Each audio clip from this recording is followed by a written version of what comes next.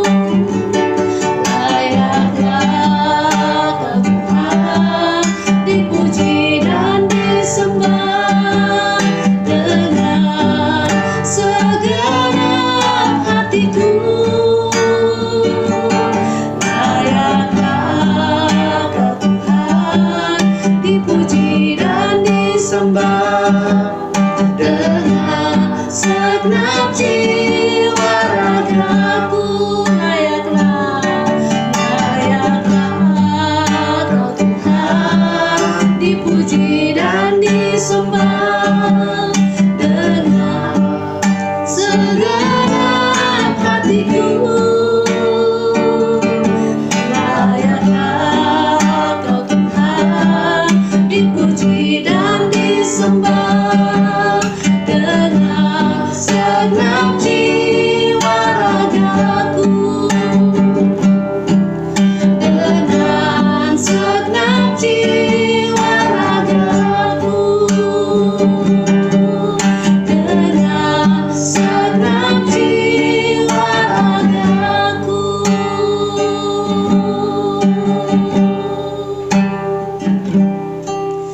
Terima kasih Tuhan, kami bersyukur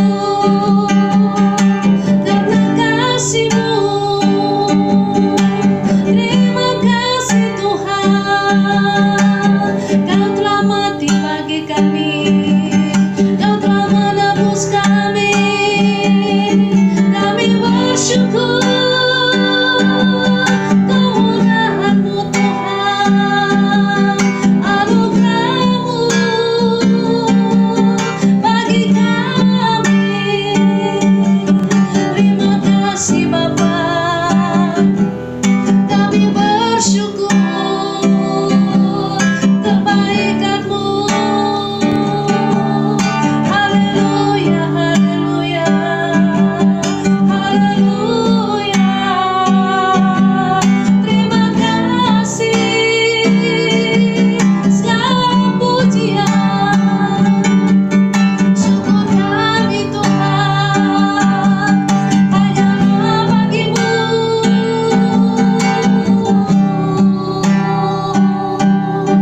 Terima kasih.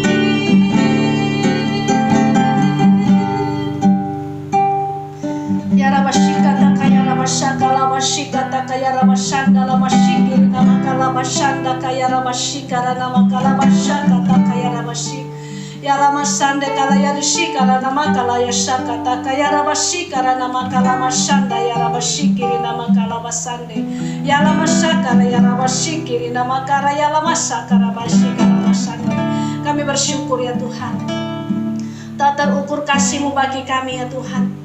Engkau telah mati bagi kami Tuhan, Engkau telah gantikan kami ya Tuhan, Kau menebus kami dari dosa kami ya Tuhan. Terima kasih Bapa, kami sungguh bersyukur kemurahan-Mu ya Tuhan, kasih karunia-Mu yang berlimpah-limpah bagi kami ya Bapa. Terima kasih Tuhan, terima kasih Bapa, karena Tuhan dalam sepanjang hari-hari hidup kami Tuhan, kami senantiasa bersyukur, memuliakan, menyembah Engkau ya Tuhan, karena Engkau Allah yang telah menebus kami, Engkau Allah yang telah melayakkan kami Tuhan untuk senantiasa bersekutu dengan Engkau ya Tuhan. Terima kasih Bapa, terpuji nama-Mu ya Tuhan. Kami siap untuk memuji Engkau ya Bapa, di dalam nama Yesus. Haleluya, amin. Kenaikan pujian, besarkan nama Tuhan.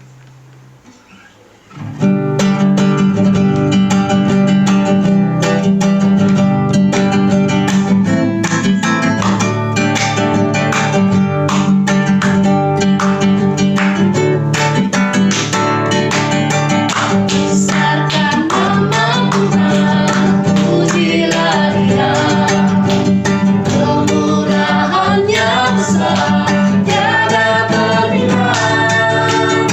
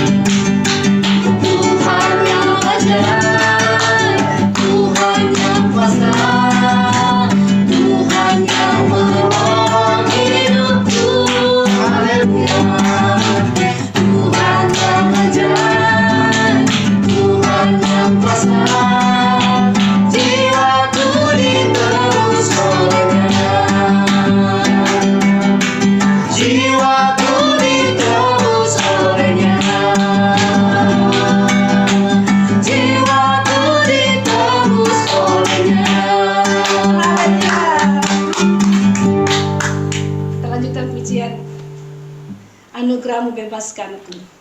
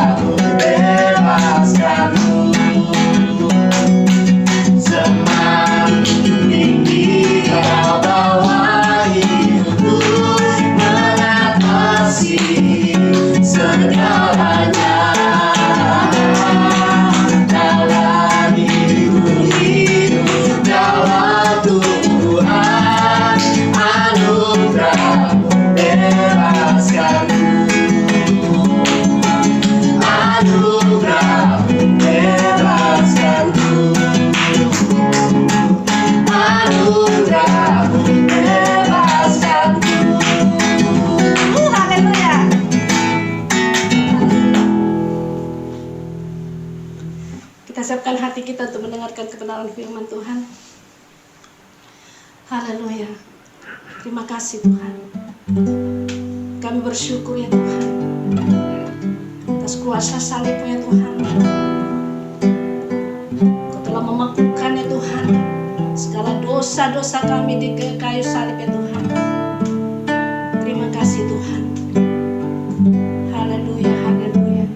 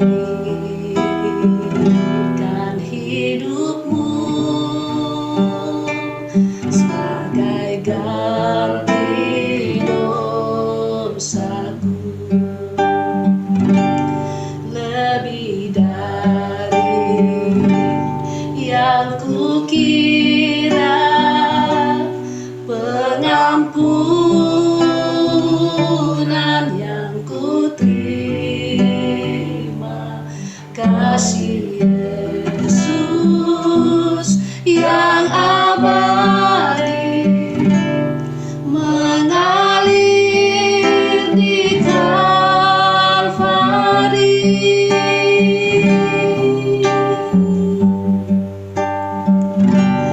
Oleh karena salib-Mu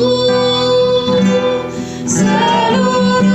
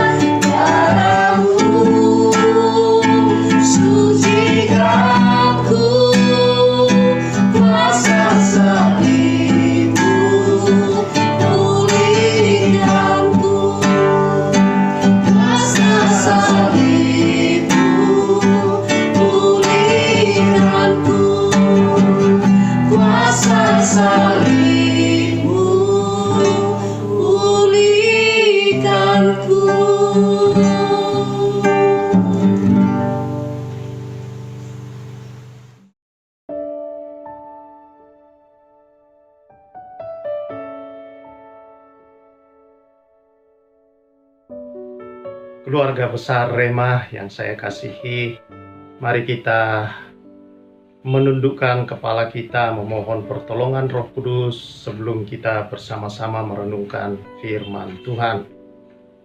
Kita berdoa. Bapa kami yang di surga, dikuduskanlah namamu, datanglah kerajaanmu, jadilah kehendakmu di bumi seperti di surga. Berkatilah umatmu senantiasa dengan kuasa Roh Kudusmu, memberikan hikmat dan wahyu mengenal Engkau dengan baik dan benar, dan agar firman-Mu menerangi kehidupan kami, dan firman-Mu menjadi pelita bagi kaki kami, terang di jalan hidup kami. Agar kami menjadi pelaku-pelaku yang baik di dalam kehidupan ini, bagi kemuliaan nama Bapa di surga. Demi nama Yesus kami berdoa. Amin. Keluarga besar Rema yang saya kasihi, jemaat Tuhan, kita berada hari ini pada perayaan Jumat Agung, di mana kita bersama-sama kembali mengingat akan apa yang Tuhan sudah kerjakan melalui Putra Tunggalnya Yesus Kristus menjadi Sang Juru Selamat kita. Ya. Nah, mengapa Yesus, saudara-saudara, harus mati di kayu salib dan kemudian saudara-saudara juga bangkit kembali pada hari yang ketiga? Allah harus turun ke dalam dunia ini mengambil rupa seorang manusia. Nah, mari kita akan melihat bagian firman Tuhan. Bagian firman Tuhan, saudara-saudara, di dalam Yesaya pasal yang ke-64. Demikian firman Tuhan, ayat yang ke-6. Demikianlah kami sekalian seperti seorang najis, dan segala kesalehan kami seperti kain kotor. Kami sekalian menjadi layu seperti daun, dan kami lenyap oleh kejahatan kami, seperti daun dilenyapkan oleh angin. Bangsa Israel, saudara-saudara, dalam penderitaan dan di dalam masa pembuangan mereka mengakui, saudara-saudara, akan segala dosa, perbuatan dan kesalahan, kejahatan mereka di hadapan Tuhan. Dan mereka juga menyampaikan bahwa betapa dosa itu yang membuat mereka terbuang dari hadapan Allah. Dosa itu yang membuat mereka harus mengalami derita yang sedemikian rupa. Bukan hanya terbuang dari hadapan Allah, tetapi mereka juga terbuang dari tanah perjanjian yang menjadi milik mereka, yang diberikan kepada mereka. Saudara yang saya kasihi di dalam Tuhan Yesus Kristus, bahkan bangsa Israel pada masa itu mengakui di hadapan Tuhan bahwa mereka begitu najis. Mereka menyamakan diri mereka yang najis adalah seorang yang ditumbuhi oleh kusta seluruh tubuhnya. Tidak ada bagian yang baik, seluruhnya membusuk pada dirinya. Najis dalam arti bahwa dia tidak boleh bersentuhan dengan orang lain. Dia tidak boleh layak untuk datang di depan umum, saudara-saudara. Dia tidak boleh berada di tempat-tempat di mana ada orang yang tidak najis, saudara. Dan dia tidak boleh juga berada di tempat ibadah. Itulah, saudara-saudara, konsepnya yang ada pada masa itu. Bahwa mereka menggambarkan diri mereka. Bahkan mereka menggambarkan orang yang paling saleh, yang terbaik. Moral mereka yang terbaik di antara mereka. Yang berusaha melakukan yang baik dan benar dalam diri mereka. Dikatakan oleh mereka bahwa kesalehan itu pun kesalehan mereka dari orang-orang yang paling saleh di antara mereka di tangan Tuhan seperti kain yang kotor, najis. Saudara yang saya kasihi di dalam Tuhan Yesus Kristus, inilah gambaran dosa di dalam Alkitab. Di dalam kekristenan, di dalam firman Tuhan, saudara, bahwa konsep dosa sangat jauh berbeda dengan konsep dosa menurut agama-agama atau kepercayaan yang lain. Mengapa saudara-saudara Yesus harus mati dan Yesus harus turun ke dunia untuk menebus manusia dari dosa, memerdekakan, melepaskan manusia dari dosa, saudara-saudara? Seperti digambarkan tadi, keadaan manusia, saudara, akibat daripada dosa adalah terbuang dari hadapan Allah. Saudara-saudara, bahkan saudara dikatakan mereka terbuang dari tanah perjanjian. Tanah perjanjian, tanah surgawi, bukanlah tempat dan bagian bagi orang berdosa, saudara-saudara. Dan Allah tidak bisa berkomunikasi, manusia juga tidak bisa mengenal dan berkomunikasi, alias jauh dari hadapan Tuhan oleh karena dosa. Itulah yang dikatakan juga di dalam Yesaya pasal yang ke-59 ayat yang pertama. Sesungguhnya tangan Tuhan tidak kurang panjang untuk menyelamatkan, dan pendengarannya tidak kurang tajam untuk mendengar.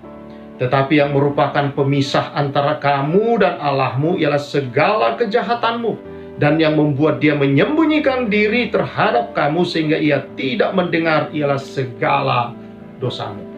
Saudara-saudara yang saya kasihi, inilah kekuatan akibat dari kejatuhan di dalam dosa, saudara-saudara. Akibat kejatuhan di dalam dosa, maka semua manusia harus mengalami maut. Maut di sini, saudara, dia berbicara tentang kematian. Kematian dalam kekristenan ada dua. Kematian yang pertama adalah kematian secara jasmani, yaitu ketika kita menghembuskan nafas terakhir, saudara-saudara, dan meninggalkan dunia ini, yang disebut meninggal dunia. Kematian yang kedua, saudara-saudara, adalah ketika penghakiman kelak tiba, saudara-saudara, lalu setiap orang yang mati dibangkitkan dan dihakimi, saudara-saudara. Dan setelah itu dibuang ke dalam tempat kematian yang kedua, yaitu neraka. Mengapa disebut kematian kedua? Walaupun di dalam neraka secara kelihatan bahwa mereka hidup, tetapi tidak bisa keluar dari siksaan di neraka, dan itu sama dengan mati di sana. Maut, itulah maut. Dan itulah akibat daripada dosa.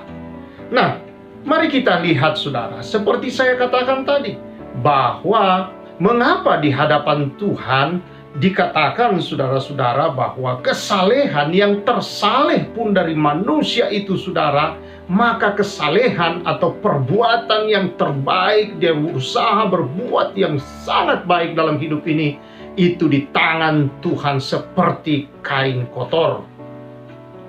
Karena Tuhan berkata demikian, saudara, di dalam kitab Roma pasal yang ketiga dikatakan demikian. Ayat yang ke-10, seperti ada tertulis, tidak ada yang benar, seorang pun tidak. Jadi kalau tidak ada yang benar, bagaimana mungkin orang melakukan yang benar? Tidak ada seorang pun yang berakal budi, tidak ada seorang pun yang mencari Allah.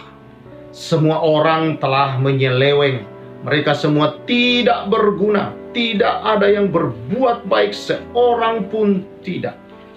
Kerongkongan mereka seperti kubur yang ternganga, lidah mereka merayu-rayu, bibir mereka mengandung bisa.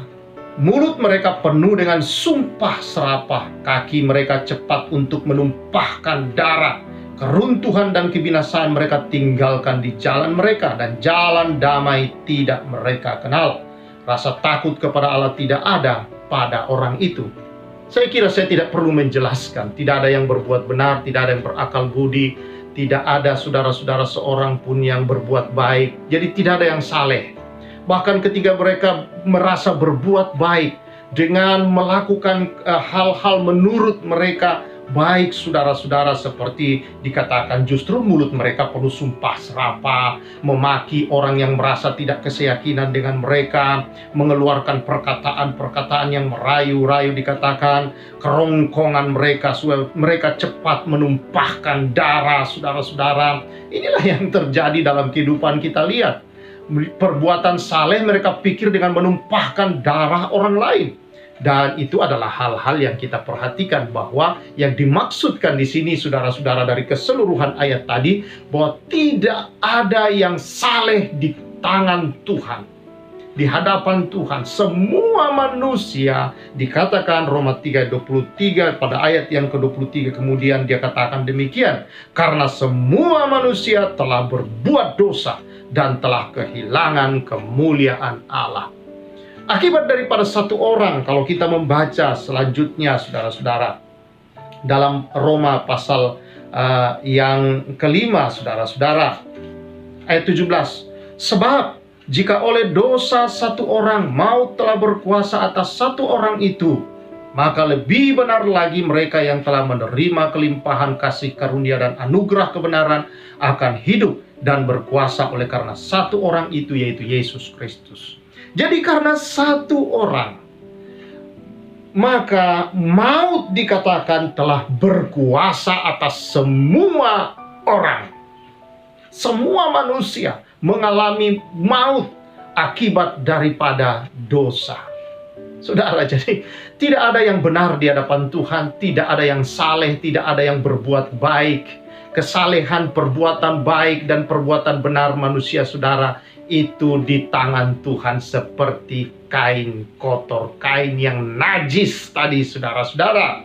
Ya, kain yang begitu kotor dan najis, dan itulah keberadaan manusia akibat daripada dosa. Nah, sekarang saya mengungkap, saudara, saya katakan tadi bahwa konsep dosa yang perlu kita mengerti dalam Alkitab, dalam pengertian dosa dalam Alkitab dan perbedaannya dengan kepercayaan yang lain adalah bahwa dosa di dalam Alkitab atau dalam kekristenan, saudara, dosa adalah bukan perbuatan-perbuatan dosa atau dosa-dosa. Tidak seperti yang lain, saudara-saudara. Dosa adalah perbuatan-perbuatan. Tidak. Tetapi dosa, mengapa semua manusia berdosa, saudara-saudara?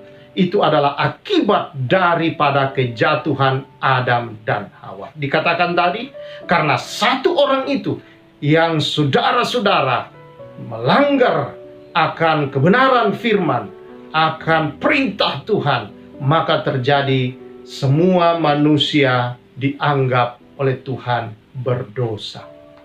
Jadi beda dosa-dosa dan dosa, saudara. Dosa di sini berbicara tentang benih yang turun dari Adam kepada semua manusia, yang turun-temurun, saudara-saudara. Itulah sebabnya tidak ada anak yang lahir tanpa dosa. Memang dia belum berbuat dosa, tapi pernahkah orang tua mengajar seorang anak kecil melakukan dosa? Tetapi heran, tidak pernah diajar berbohong. Bahkan mungkin dia belum pernah melihat bagaimana cara berbohong. Tapi seorang anak kecil sekalipun sudah bisa berbohong kepada orang tua. Kenapa dia bisa melakukan hal-hal yang demikian, saudara-saudara? Bahkan anak kecil terkenal, saudara-saudara, adalah paling pandai memanipulasi orang tua daripada orang dewasa. Mengapa, saudara? Karena ada benih di dalam diri manusia. Dan itulah, saudara-saudara, yang dimaksudkan dosa. Nah, kalau dosa-dosa atau perbuatan-perbuatan dosa yang dianggap dosa yang sesungguhnya, saudara-saudara, maka kita bisa membayar perbuatan-perbuatan itu dengan berbagai macam kebaikan. Itulah sebabnya dikatakan oleh Tuhan bahwa kebaikan atau kesalehan manusia itu, saudara, kain kotor di hadapan Tuhan. Karena apa? Karena, saudara-saudara, dosa bukanlah perbuatan, tetapi dosa adalah benih yang turun dari Adam kepada manusia. Itu sebabnya dikatakan semua manusia sudah berbuat dosa dan kehilangan kemuliaan Allah.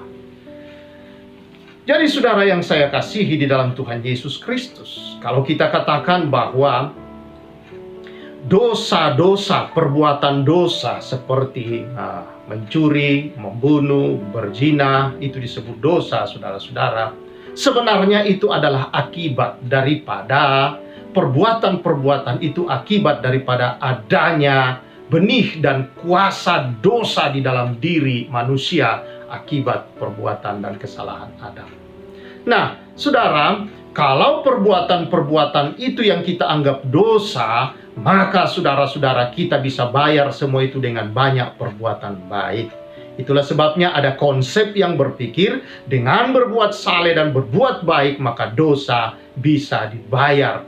Saudara-saudara yang saya kasihi di dalam Tuhan Yesus, kalau demikian orang-orang yang kaya bisa membayarnya, saudara-saudara. Tapi mereka yang tidak memiliki kekayaan, wow, kasihan sekali, mereka tidak akan pernah bisa dosanya terbayar, saudara-saudara. Namun tidak demikian di hadapan Allah. Dosa adalah dosa. Hukuman yang dijatuhkan oleh Tuhan akibat daripada dosa telah turun-temurun kepada seluruh umat manusia. Nah, kalau demikian saudara-saudara yang saya kasih di dalam Tuhan Yesus, untuk apa Yesus datang ke dalam dunia ini, saudara?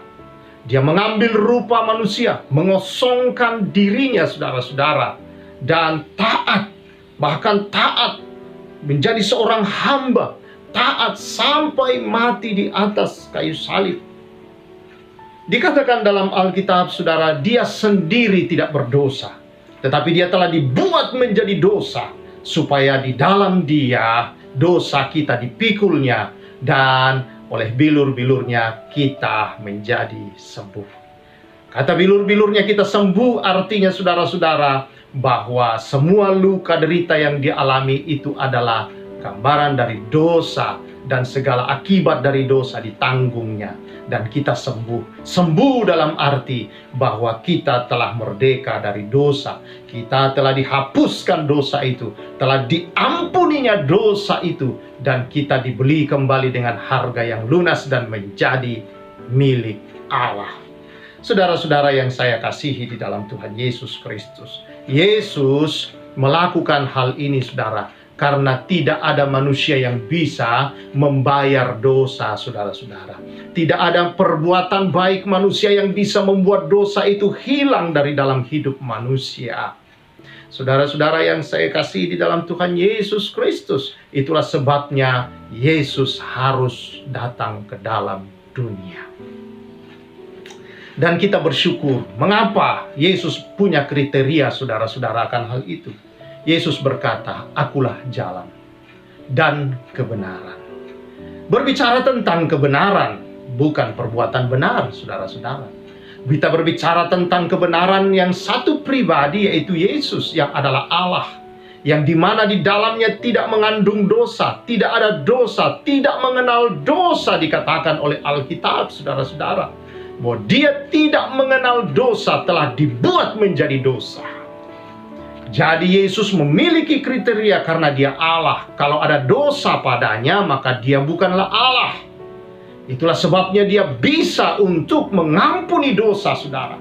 Seperti kita baca dalam Roma pasal yang kelima tadi, ayat yang ke-17. Sebab jika oleh dosa satu orang maut telah berkuasa oleh satu orang itu, maka lebih benar lagi mereka yang telah menerima kelimpahan kasih karunia dan anugerah kebenaran akan hidup dan berkuasa oleh karena satu orang itu, Yesus Kristus.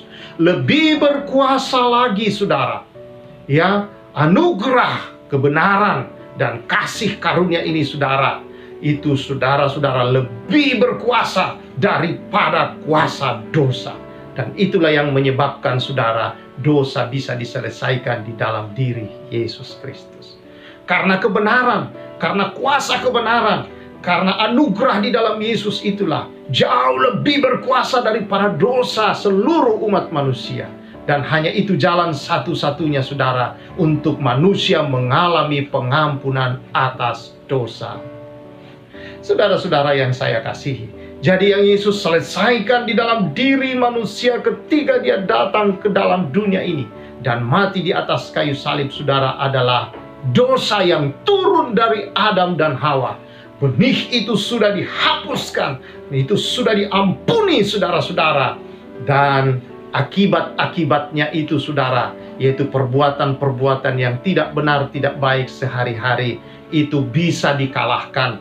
Bisa saudara-saudara, orang yang percaya kepada Yesus dan sudah mengalami pengampunan itu dapat mengalahkan dosa itu, dapat tidak lagi hidup di dalam dosa. Dosa tidak berkuasa atas hidupnya lagi saudara. Karena apa? Karena Yesus sudah selesaikan itu di atas kayu salib. Nah, kita bersyukur saudara kepada Tuhan kita. Ada jalan bagi semua orang. Karena Yesus bukan hanya datang untuk sekelompok orang. Yesus tidak pernah datang ke dalam dunia untuk sekelompok manusia atau sekelompok organisasi atau agama saudara. Tetapi Yesus datang ke dalam dunia ini dikatakan adalah untuk semua manusia. Dan ayat itu begitu sangat-sangat terkenal bagi kita. Di dalam Yohanes pasal yang ketiga ayat yang ke-16 dikatakan, karena begitu besar kasih Allah akan dunia ini, sehingga Ia telah mengaruniakan anaknya yang tunggal, supaya setiap orang yang percaya kepadanya tidak binasa, melainkan beroleh hidup yang kekal. Saudara-saudara, semua yang dilakukan oleh Yesus itu semata-mata karena kasih. Dia melihat manusia tidak bisa keluar dari dosa. Dia melihat manusia berada di dalam keputusasaan dalam usaha mereka untuk meninggalkan dosa. Usaha mereka untuk mencapai Allah yang adalah mustahil saudara-saudara dengan perbuatan baik. Karena ketika kita datang dengan perbuatan saleh sekalipun, yang tersaleh sekalipun saudara, ternyata di tangan Tuhan kita hanyalah kain kotor, kain najis yang tidak mungkin dipegang oleh Tuhan lagi saudara, dan tercampak dari hadapannya saudara. Itulah sebabnya Yesus datang, karena manusia di dalam keberadaannya yang berdosa ini saudara, dikuasai oleh dosa, dimiliki oleh dosa, dikendalikan oleh dosa saudara-saudara, dan dipimpin oleh dosa dalam hidupnya ini, tidak bisa melepaskan diri.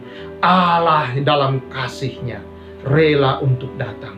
Allah dalam kasih-Nya, saudara-saudara, tidak membiarkan manusia dalam keberadaannya yang berdosa itu. Itulah Allah yang sesungguhnya. Allah yang tidak ingin manusia itu dikuasai. Allah yang tidak ingin manusia itu saudara-saudara ditindas dan diperbudak oleh dosa, lalu masuk dalam kebinasaan neraka saudara. Itulah sejatinya Allah saudara-saudara. Dia mau manusia itu bisa diselamatkan kembali, dan karena manusia adalah ciptaan yang serupa dalam gambarannya. Karena itulah Dia datang ke dalam dunia saudara dan mengambil rupa manusia untuk Dia bisa menolong manusia kembali kepada kodrat yang sesungguhnya, yaitu gambaran Allah. Puji Tuhan saudara-saudara, puji Tuhan, puji Tuhan. Kita bersyukur atas hal ini, bahwa Dialah satu-satunya jalan. Tidak ada jalan lain di mana kita bisa menerima keselamatan, kita bisa dibenarkan, dikuduskan saudara, selain di dalam Yesus Kristus yang telah membayar dosa itu buat kita, telah menebus kita dan bukan lagi milik dosa, bukan lagi budak dosa, tidak lagi dikuasai oleh dosa, tetapi kita berkuasa atas dosa. Jadi saudara-saudara, orang di dalam Kristus adalah umat yang lebih dari pemenang. Kristus sudah memenangkan peperangan atas dosa itu, dan kemenangannya didedikasikan kepada kita. Maka kita punya kuasa kemenangan atas dosa saudara-saudara, punya kuasa untuk menaklukkan dosa dalam hidup dan tidak lagi dikuasai dan dipimpin olehnya. Inilah saudara-saudara akan berkat anugerah ini adalah kasih karunia, bukan karena kita berbuat sesuatu lalu Yesus memberikan, semata-mata karena kasih-Nya. Itulah arti kasih karunia. Tidak ada perbuatan kita, semata-mata karena kasih. Kasihlah yang membuat Yesus turun ke dalam dunia walaupun Dia ditolak. Bahkan orang yang mau datang Dia tolong, membunuh Dia saudara-saudara, Dia tidak jadi masalah. Karena untuk itulah Dia menyerahkan dirinya saudara, supaya dunia mengalami pengampunan dosa. Dan saudara yang saya kasihi, bagi kita yang sudah mengalami dan mengenal pengampunan, mengalami pengampunan, Tuhan tidak berhenti di situ saudara-saudara. Kita mengalami, saudara, bukan berarti bahwa hanya sekelompok inilah yang Tuhan mau untuk mengalami pengampunan dosa. Tidak. Yesus meminta kita untuk menyampaikan berita ini kepada semua orang. Karena Yesus datang untuk semua manusia yang ada di bawah kolong langit ini, saudara. Dia sudah mengampuni, dia sudah mengalahkan dosa. Setiap orang yang datang kepadanya mau percaya, semua saudara-saudara akan mengalami kemerdekaan dari dosa dan tidak lagi dikuasai dosa. Dan surga yang diinginkan orang menjadi sebuah kepastian, bukan mudah-mudahan, saudara, tetapi sebuah kepastian. Karena kita tidak lagi dikuasai dosa, maka kita punya hak yang penuh, saudara-saudara, untuk masuk di dalam rumahnya di sorga. Itulah sebabnya kita disebut anak. Itulah sebabnya kita dilahirkan baru menjadi anak Allah, supaya anak bisa tinggal dalam rumah Bapa. Itulah sebabnya kita memanggil dia Bapa. Ada hubungan yang erat darah, melalui darah Yesus yang menebus kita. Kita menjadi anaknya, dan kita, saudara, punya hak tinggal di dalam rumah Bapa kita di surga. Punya hubungan yang putus akibat dosa diperbaiki oleh Yesus. Kita didamaikannya kembali, dijadikannya anak-anaknya. Dan saudara-saudara yang saya kasihi, kita menjadi warga kerajaan surga. Puji nama Tuhan, saudara-saudara, bahwa Tuhan kita adalah bukan Tuhan yang hanya untuk sekelompok orang. Sekali lagi, itu sebabnya Tuhan tidak pernah untuk menyuruh kita menghabisi, melenyapkan orang-orang yang tidak seiman dengan kita.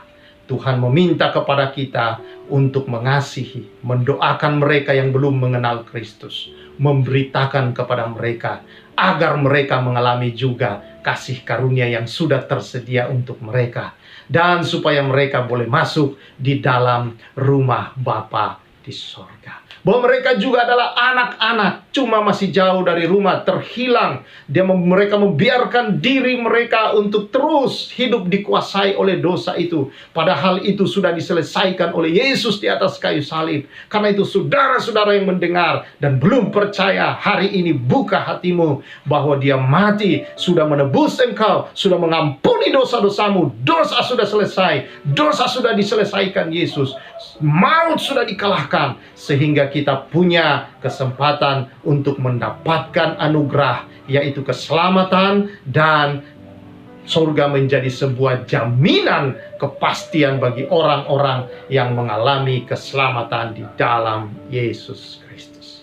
Puji Tuhan, biarlah kebenaran firman Tuhan ini, saudara-saudara, menjadi bagian hidup kita semuanya. Hari ini kita mengingat Yesus yang mati di atas kayu salib, saudara-saudara, adalah untuk membuat kita di hadapan Tuhan bukan lagi kain kotor, tetapi di hadapan Tuhan kita menjadi anak-anak yang telah dibenarkan, yang telah ditebusnya, menjadi anak kesayangannya sendiri, saudara-saudara yang sangat dicintainya.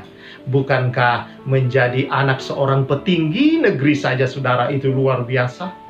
Wah, bukankah jangankan anak petinggi, seorang petinggi di dalam sebuah negeri, ya, yang terkenal, anak orang kaya saja, saudara-saudara, itu sudah luar biasa bangganya kita kalau ayah kita terkenal karena kekayaannya. Atau seorang anak yang terhormat ayahnya di dalam sebuah tempat, saudara. Nah, bagaimana kalau itu adalah anak dari Sang Pencipta langit, bumi, laut, dan segenap isinya, anak daripada Allah yang pemilik sorga dan bumi dan alam semesta? Bukankah ini sesuatu yang wow, tidak bisa digambarkan dengan kata-kata kita? Dan saya katakan kepada saudara, ini hanya bisa terjadi menjadi anak karena Yesus yang telah mati di kayu salib menyelesaikan dosa itu dalam hidup kita, dan oleh darahnya menguduskan, membenarkan kita, dan kita menjadi anak yang terhubung lahir oleh karena darah Yesus Kristus. Puji Tuhan, inilah kuasa daripada kematian Yesus di kayu salib. Ada banyak di dalam Alkitab, saudara bisa membaca bagaimana Kristus yang mati, semua perkataan-perkataan Yesus di atas kayu salib itulah, dan yang dikatakannya itulah saudara, yang merupakan lambang daripada semua derita, semua kesalahan, semua dosa, dan semua kejahatan, semua kerusakan hubungan kita dengan Allah di surga diperbaikinya melalui keberadaannya di atas kayu salib. Dan oleh kematiannya saudara-saudara, dia menguburkan semua permusuhan dengan Allah. Dia menguburkan semua dosa. Dia bangkit dalam satu kemuliaan yang baru, memberi kemenangan untuk menyatakan bahwa dosa sudah selesai. Puji Tuhan saudara-saudara, bahwa sekarang ini kita saudara-saudara bukan lagi kain kotor di tangan Tuhan, tetapi kita adalah anak-anak kekasih kesayangan Tuhan. Haleluya. Mari saudara, kau yang belum mengalami Dia, belum menerima pengampunan, sudah tersedia semua untukmu. Terima Dia sebagai Tuhan, Juru Selamat dalam hidupmu, maka engkau juga adalah anak-anak yang sangat dikasihinya. Dan memang engkau adalah anak-anaknya. Wah, selama ini cuma engkau belum mengenalnya dan belum kembali ke rumah Bapamu di sorga. Haleluya. Puji Tuhan saudara-saudara. Kiranya firman ini memberkati kita semuanya. Kita bersyukur kepada Tuhan. Haleluya, haleluya, haleluya, haleluya. Tuhan, kami bangga. Kami bangga karena Engkau Bapa, dan yang telah menjadi Bapa bagi kami, mengampuni, yang telah mengangkat kami dari lumpur dosa, dan yang telah membebaskan, memerdekakan kami, membenarkan kami dan menguduskan, sehingga kami benar di mata-Mu. Kami kudus dan kami layak, kami mulia, kami berharga, kami sangat dikasihi. Bukan lagi kain kotor di dalam tangan-Mu, tetapi Engkau telah mengambil kami dan menguduskan, membenarkan, dan bukan kain kotor yang dicampakkan, tetapi anak-anak yang dikasihi dalam pelukan-Mu. Terima kasih Tuhan. Di dalamnya kami dipulihkan, disembuhkan, dibebaskan, dan diberi kekuatan, kuasa. Tidak lagi Tuhan dikuasai dosa, dan diberi hidup untuk berkuasa ya Tuhan atas segala tantangan dan keberadaan hidup sehari-hari kami. Terima kasih Tuhan, kuasa yang Kau berikan atas kehidupan ini untuk kami hidup sebagai orang-orang yang telah diberi kemenangan oleh Yesus Kristus, Sang Juru Selamat kami. Terima kasih. Kalau hari ini kami memperingati Tuhan, bagaimana Kristus telah menyerahkan dirinya di kayu salib bagi kami, agar kami hidup dalam kemerdekaan yang sejati. Terpujilah Engkau Tuhan, terpujilah Engkau ya Bapa, dimuliakan, ditinggikan Engkau atas semua ini. Dan kami berdoa bagi orang-orang yang belum menerima dan mengalami pengampunan ini Tuhan, biar mereka juga menerima kasih karunia Allah dan datang kepadamu ya Tuhan, dan boleh mendapatkan yang terbaik juga dalam hidup mereka Tuhan. Buka hati mereka semua agar kasih karunia Allah tercurah atas kehidupan mereka. Tuhan, terima kasih berkat-Mu atas umat-Mu. Dalam perayaan ini Tuhan, tidak hanya kami mengingat, tetapi kami menyadari bahwa kami sudah menjadi manusia baru. Dosa tidak berkuasa atas hidup kami Tuhan. Dan kami bersyukur ya Tuhan, bahwa kami diberi hidup Tuhan dalam kami. Hidup yang berkuasa atas dosa, atas maut, dan atas segala berbagai hal di dalam kehidupan yang kami hadapi. Terima kasih, terpuji Engkau. Kami adalah umat yang lebih dari seorang pemenang. Demi nama Yesus Kristus. Haleluya. Amin. Puji Tuhan saudara. Umat Tuhan, keluarga besar Rema lebih daripada pemenang. Tuhan memberkati. Saatnya kita akan memberikan persembahan kita. Kita sambil menyanyikan pujian Intan Permata.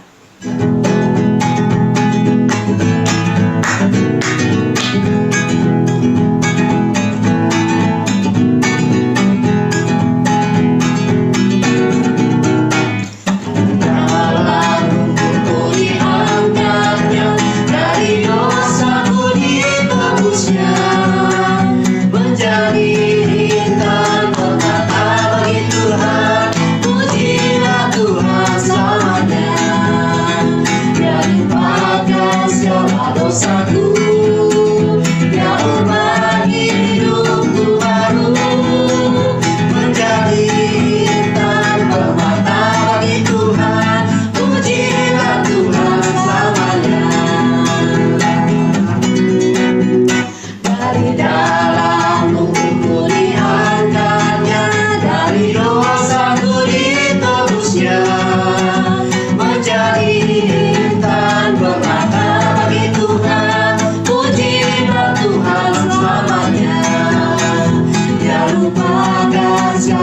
dosaku, Dia ubah hidupku baru menjadi intan permata bagi Tuhan.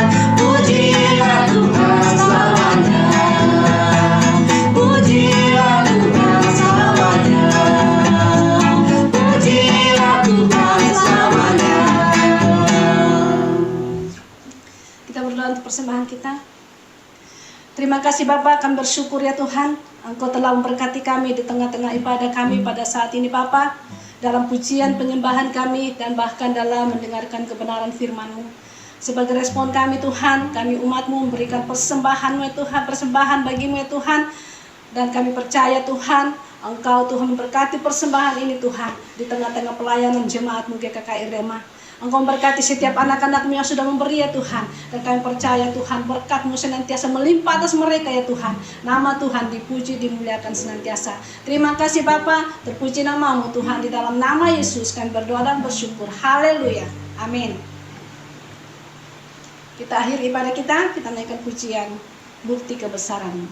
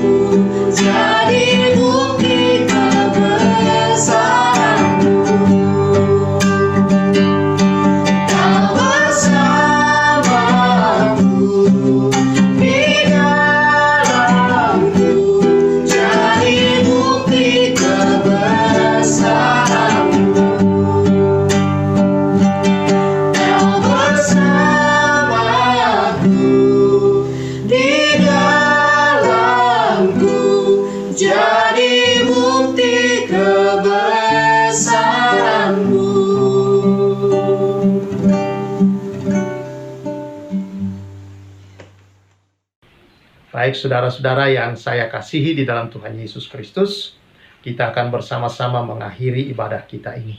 Mari kita bangkit berdiri bersama, terima berkat Tuhan.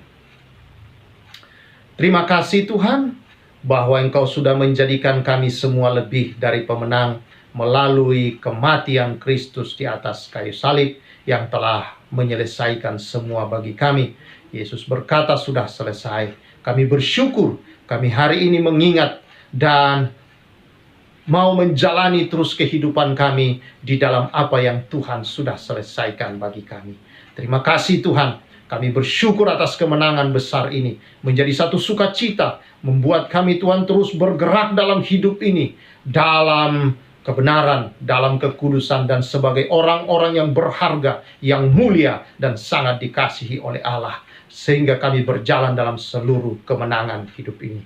Terima kasih, karena itu keluarga besar Rema, Bapak Ibu Saudara yang saya kasihi, masuki hari-harimu sebagai umat pemenang, dan terimalah berkat Tuhan.